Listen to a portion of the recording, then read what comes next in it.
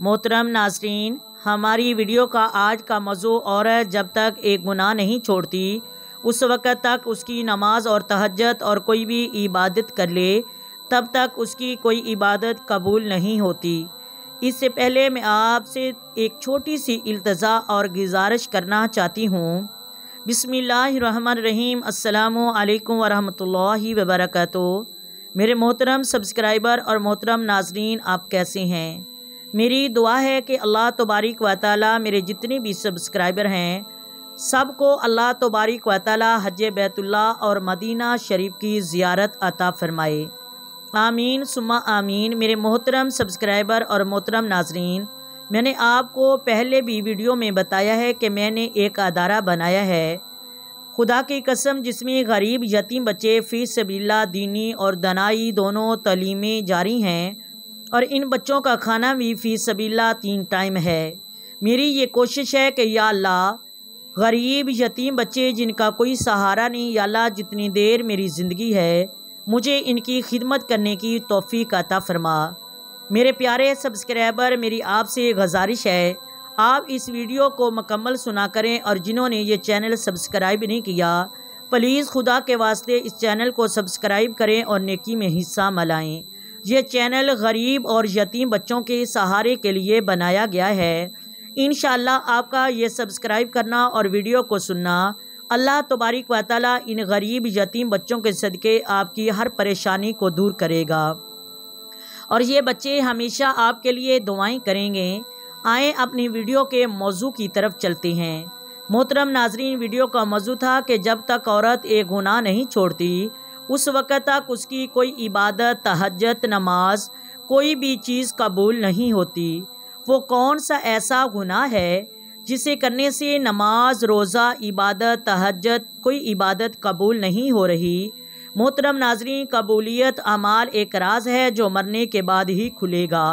अगर अमाल का कबूलियत अदम कबूल मालूम करना इतना आसान होता तो ये रियाकारियों और बदकारियों की इतनी कसरत ना होती। हाँ, अलबत्ता शरीयत ने कबूलियत अमाल का मेयार और स्कोटी बताई है कि अमल करने वाला अगर सहीउल अकीदा होगा, सुन्नत के मुताबिक होगा और खलूस पर मबनी होगा तो अपनी नेकियों को बर्बाद करने से बचाता होगा, तो उससे अल्लाह तबारिक व तआला से कबूलियत और फ़ज़ल की उम्मीद रखनी चाहिए। नेकी कबूल या मुस्तरद होने की अलामत और हदायत के अनवान पर अरशाद फरमाया, जिसमें उन्होंने हज वालों को भी पाया और उनको मद्देनज़र रखते हुए कहा कि कायनात को तख्लीक करने का मकसद अल्लाह की इबादत का है और इबादत की कबूलियत के लिए जद्दोजहद इस बस ज़रूरी है। चनाचा अदम ईमान के बायस काफर और मुनाफिक को भी अमल जो करेगा आखिरत में फ़ायदा नहीं देगा, अलबत्ता दुनिया में बस उसका फ़ायदा होगा, आखिरत में पूरा बदला दिया जाएगा। नाज़रीन, अमल की कबूलियत के लिए इखलास और इत्बा सुन्नत लाज़मी अमूर है। इखलास का मतलब यह है कि नेकी का मकसूद और मतलूब सिर्फ़ अल्लाह ताला की रज़ा के लिए होना चाहिए, यानी रज़ाए इलाही पर, और जिसके लिए नीयत बुनियादी किरदार का हामिल है। नीयत ही की वजह से छोटी सी छोटी नेकी भी बड़ी बन जाती है। उन्होंने ये भी कहा कि तकवा और तसलसल के साथ नेकियां और नेकी पर साबत कदमी और नेकी के लिए दिली रगबत और इंसानी अज़ा का सलामती के साथ रहना नेकी के कबूल होने की अलामत है। नाजरीन, अगर इंसान को हकीकी अब्दियत और अल्लाह की मार्फत मिल जाए उसे अपनी सारी इबादत भी कम ही नज़र आएगी। अजीम तरीन इबादत के बाद भी इस्तग़फ़ार करना ये सुन्नते नबवी है और मोमिन कभी भी अपनी नेकी पर घुमंड नहीं करता, बल्कि अल्लाह ताला की बारगाह में यही दुआ करता है और इसी बात का उम्मीदवार होता है कि या अल्लाह, मेरी इबादत को अपनी बारगाह में कबूल करना। मौला, ये इबादत तेरी शान के लायक नहीं है, लेकिन इससे फिर भी अपनी बारगाह में कबूल फरमा के इस बंदे को शर्फ़े कबूलियत अता फरमाना। लेकिन अगर सुन्नत पर तसादम अपनी बात को सुनते नबी पर फ़ौक़ियत देना, असर की नमाज तरक कर देना, शराब नोशी करना, तो ये सारी चीज़ें नेकियों को मटा देती है। جی ہاں، ہم بات کرتے ہیں ان عورتوں کے بارے میں جو یہ سمجھتی ہیں ہم نماز پڑھ کے جنت میں چلی جائیں گی۔ تو کچھ عورتیں ایسی ہوتی ہیں جن کی نمازیں ان کے منہ پر ہی مار دی جاتی ہیں۔ کیوں ہوتا ہے اور کون سی عورتیں ہیں جن کی نمازیں قبول نہیں ہوں گی؟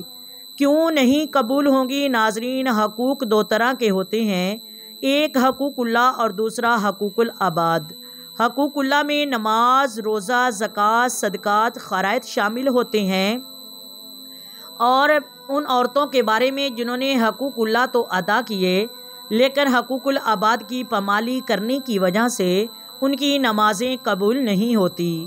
نمبر ایک، وہ عورت جو اپنے گھر میں زبان چلاتی ہو، اپنے والدین کو اذیت دیتی ہو، تکلیف دیتی ہو، ہر وقت یہ کہتی ہو کہ ہم جو اپنی مرضی کریں، آپ کون ہوتے ہیں ہمیں روکنے والے؟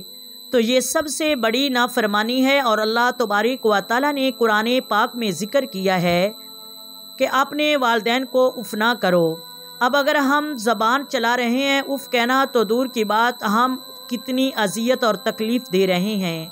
ہمیں اس جرم کی، اس گناہ کی سزا بروز محشر ضرور ملے گی۔ نمبر دو، وہ غلام جو اپنے آقا کو چھوڑ کر بھاگ گیا ہو تو اس کی نماز قبول نہیں ہوگی، وہ تہجد بھی پڑھ لے تو اس کی نماز قبول نہیں ہوگی۔ نمبر تین، وہ عورت جو اپنے شوہر کی نافرمانی کرتی ہے اس کی نمازیں کبھی قبول نہیں ہوتی۔ نمبر چار، وہ عورت جس کی سر سے دوپٹہ اتار کر پھرتی ہے، اپنے والدین کے، اپنے شوہر کی عزت پامال کرتی ہے بازاروں میں، تو ایسی عورتوں کی نمازیں کبھی قبول نہیں ہوں گی۔